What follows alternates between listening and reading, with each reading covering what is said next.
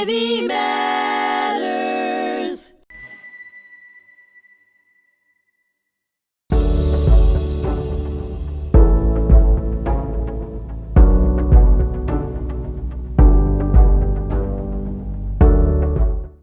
Hello, and thank you for joining me today. I'm your host, Ken Schachter. On today's episode of Disrupting Hate on HMTV, my special guest, Columbia University student Noah Lederman, will join us for a conversation about campus unrest, advocating for Israel, and the challenges faced by Jewish students today. It's particularly timely since last week, pro-Palestinian demonstrators took over part of Columbia University's library before being evicted by the NYPD. Noah, let's start with this. How did a kid from Orange County, California, make his way to Columbia? Great question. Thank you so much for having me today. So I grew up in Orange County, California, and I went to a Jewish day school from kindergarten through 12th grade. And when I was looking at colleges and where to go spend the next 4 years, I really wanted to find somewhere that I could continue my Jewish education. I discovered the joint program with Columbia and the Jewish Theological Seminary, and I fell in love. Actually, it's funny, when I was deciding where to go to college, I was between UC Berkeley and Columbia in the final two. And everybody called me and said, oh, don't go to Berkeley. They hate Israel there. You know, Jews aren't safe there. Go to Columbia. You'll be safe there. And now we see what's happened at Columbia's campus. So remarkable. And how long were you at Columbia before Hamas launched the October 7th attack? About a month. People ask me what it was like before. I have no idea. I have yet to experience normal college life. Remarkable. So literally you were a freshman, just incoming freshman, and there it was. And where were you on that day, and how did you find out? I remember that at first it was unclear what was happening. And we sort of just got reports, and I remember seeing the infographics on Instagram. It was Simchas Torah, and I was gathered along with my peers. We were gathered in the center of campus in a giant circle in front of the main statue in Columbia's quad. And we were all singing together, and our arms were around one another, and we were singing Hatikva. And I remember seeing on the Instagram infographics, the numbers kept going up and up and up. How many rockets were launched, how many lives had been lost, how many hostages had been taken. And what was the campus like in those days following October 7th? So I remember that directly after October 7th, on October 8th, there was a vigil. And I remember seeing every single Jewish person, faculty, staff, student I'd ever seen on campus at a Hillel or Chabad Shabbat dinner, at some Jewish life event. Everyone was there. And we stood together in total unity. And I remember somebody walked by and they screamed out, "Free Palestine." And these words literally fell upon deaf ears. It was as if we had this force field protecting us from the ire and hatred of those who hate Israel and hate the Jews. However, just days later, there began to form cracks in this spiritual force field, and this is what we're seeing now, serious division in the Jewish community.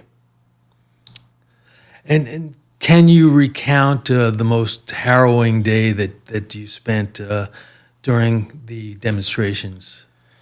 Unfortunately, there are too many to count, and they often blend together, but I'll say that the evening of the Hamilton Hall takeover was one of the most terrifying experiences that I've ever had on campus, and I hope it will be the most terrifying experience I'll have on campus. I had gotten back from a Pesach dinner, and I started seeing alerts on my phone that windows were being smashed and a building was being sieged, so I went to go see what the activity was about, and campus was in full chaos. I mean, you couldn't look anywhere without seeing violent protests, demonstrations, chanting, screaming, marching, smashing of windows. It was really, really terrifying. And for Jewish students, what was the impact? I mean, what was the emotional impact? At this point, there weren't even so many of us left on campus. Many Jewish students had gone home for Pesach. The rabbi at Hillel said that Jewish students should go home, that we are not safe on campus. And so there were far fewer of us than there typically would have been, but it was demoralizing and disheartening. As you know, there's a theory circulating on elite college campuses that Israel is some kind of a white colonial enterprise whose population has no roots in the region. Can you walk us through that and explain, how that developed? Yeah, so a couple of years ago, actually, Whoopi Goldberg made a comment that if she was walking down the street with her Jewish friend and there was a group of KKK members running towards them, she would have to turn and run as an African-American woman, but her Jewish friend would not have to do that. They could just stay where they were because likely they wouldn't recognize this person as Jewish. This idea of Jews as white or white passing is what has influenced this narrative on college campuses that Israel and Israelis and Jews who live in Israel are colonizers who took this land from those who are oppressed, which is the Arabs, the Palestinians. And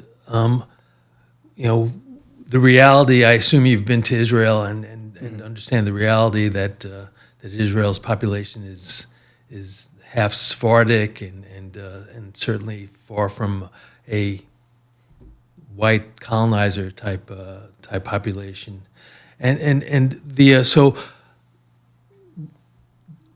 during what portion? How long has this theory been extant, and how is it taught to students? So the college students that you see on campus today have been taught since kindergarten that this narrative of oppressor and oppressed. We've been taught that there are in this world oppressors and there are oppressed, and that it is our duty to side with the oppressed and to rectify this injustice. This is a narrative that is fed from the earliest levels of education into kindergarten, continues throughout elementary school, through middle school, through high school, and when you reach college, you're told that Israel fits into this narrative as the oppressor, and Arabs or Palestinians fit into the narrative as the oppressed.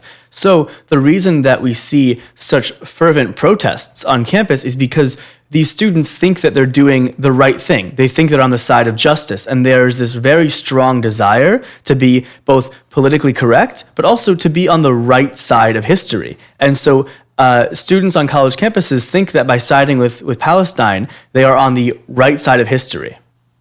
Yeah, ironically, when Israel declared independence in 1948, it was seen as a national liberation movement akin to that of India at the time, and but apparently that narrative has been lost as well.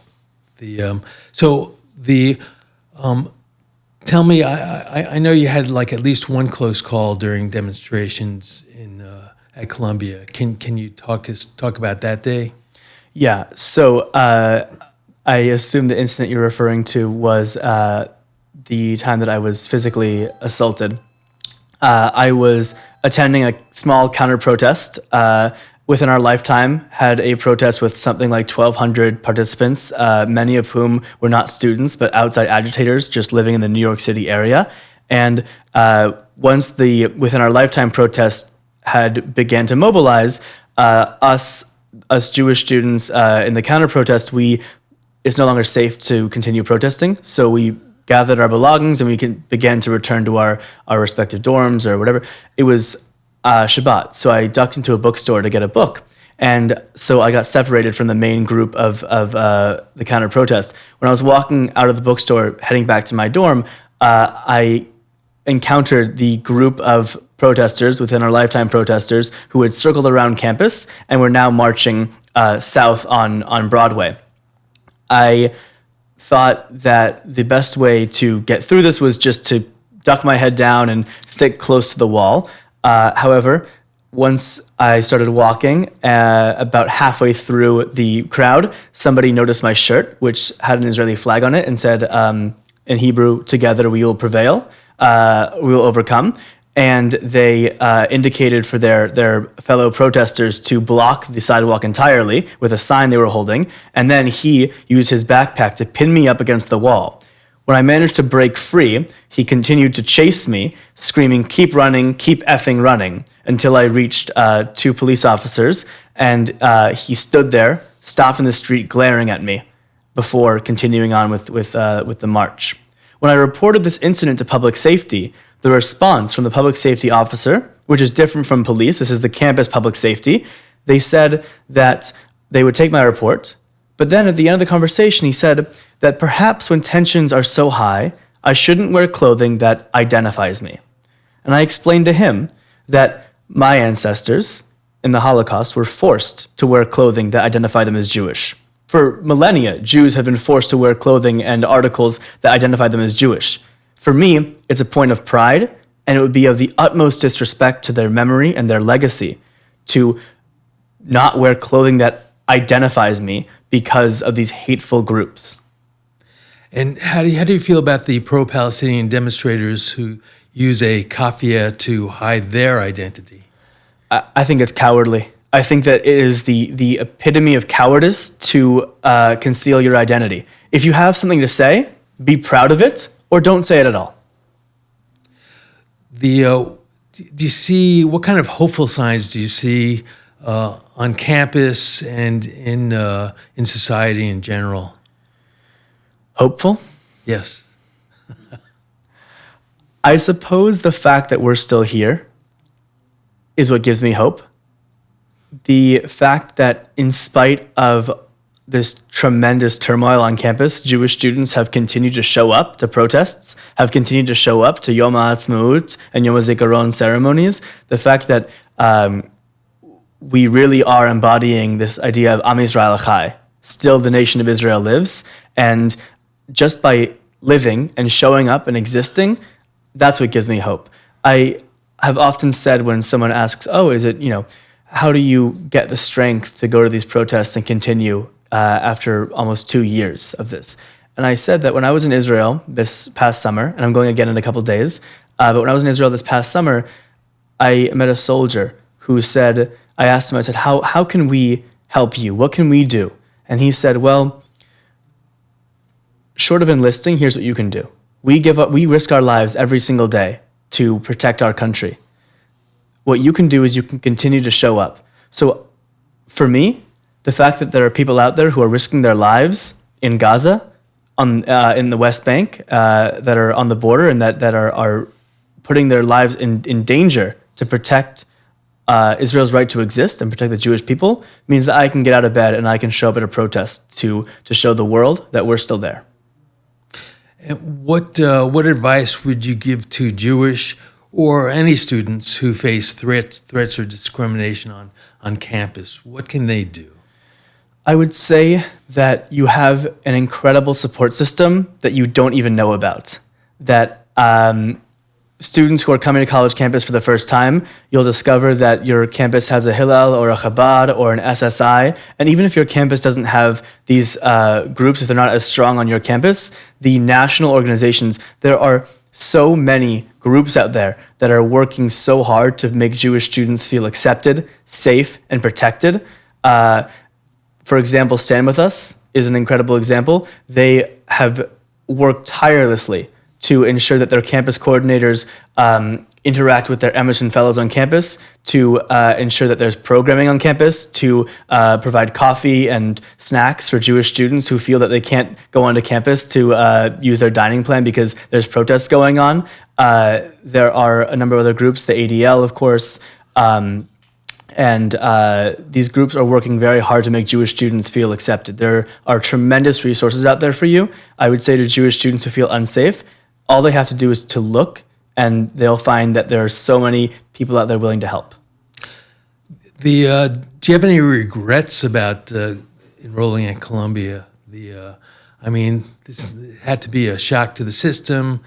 To discover that it was literally an international hotspot that's been covered globally. No, not a single regret. I think that I am exactly in the place that I need to be, and I think that I understand my experiences at Columbia as providing me an opportunity to do my part for the Jewish people and for the state of Israel. And what, as a Californian, what have you discovered about New York City as a whole? Well, I grew up in a very small community that both sort of in Orange County, but also in my Jewish day school. I was with the same people from kindergarten through 12th grade. And so we of course had somewhat diverse thinking, but for the most part, I grew up surrounded by Zionists. Being in New York City, I realized that I have to be more careful walking outside of my dorm with a kippah or with a shirt that says Israel or something related to Judaism on it. This was never something I had to consider growing up in Orange County. I could walk out of the house wearing whatever I wanted. In New York City, even if I'm not walking on Columbia's campus, I have to think about whether or not I'll be safe on the subway or on the streets wearing something that identifies me as Jewish. Interesting. The Jewish. What about the Jewish world within New York City? Some of the Jewish treasures that we have in this area.